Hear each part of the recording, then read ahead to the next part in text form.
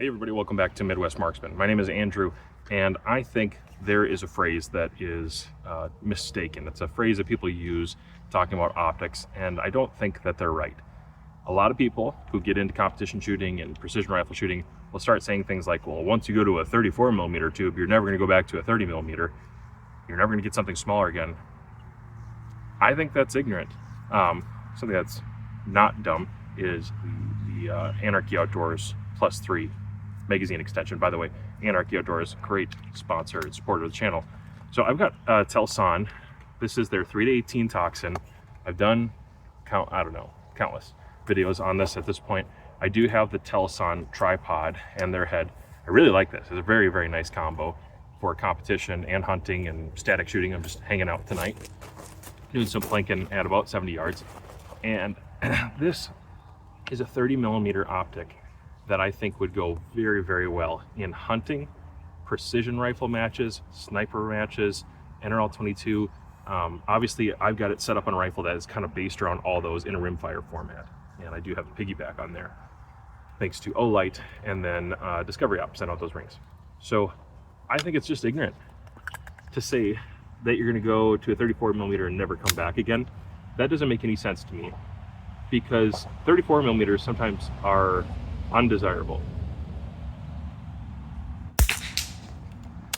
Sometimes a 34 millimeter is just going to be extra weight with no benefits. There are 34 millimeter scopes out there which are vastly inferior to certain 30 millimeter scopes. In fact, I think this would set the pace for a lot of the greater 30 millimeter scopes out there. And there's a few. I've recently reviewed some and told you I really like 30 millimeter scopes, especially for this application. Pretty good.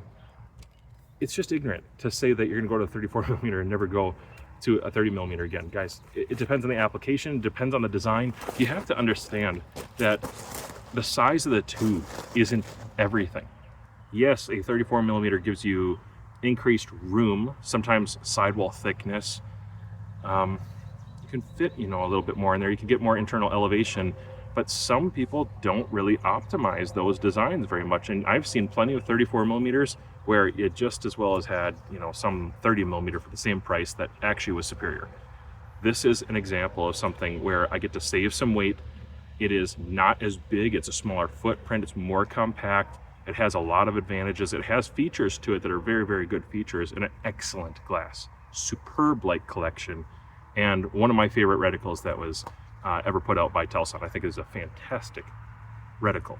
The reticle matters a lot. It probably matters more than just having a big tube where you don't get any advantages. And Telson has optics like I think they've got like a 5-32. I haven't reviewed that one just yet, but I've done their 5-25 TM, and that's a really good scope. It's a very good scope. And that's a 34 millimeter, and it doesn't fit on this rifle in this application in the same way. I would rather have the 30. So if you're one of those people who's been saying that everybody needs a 34 millimeter, you should stop saying that, because you just don't. That's not true. It's not a general principle either.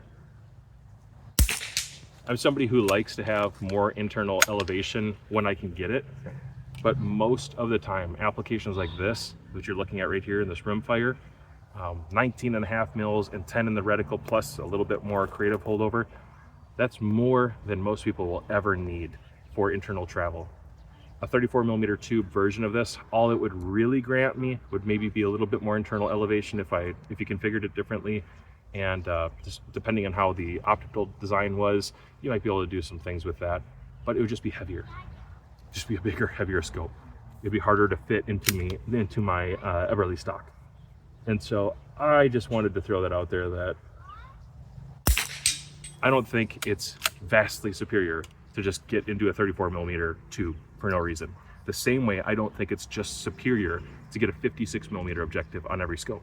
Sometimes a 50, sometimes a 44 is much more appropriate for the idea and the design. So let's stop just pushing the biggest, fattest scope that we can find, because higher magnification, thicker scope tube walls, or a larger size tube diameter, larger objective bells, it's not inherently always a good idea to just make everything bigger. Sometimes a more compact scope that is designed well will actually outperform the bigger one.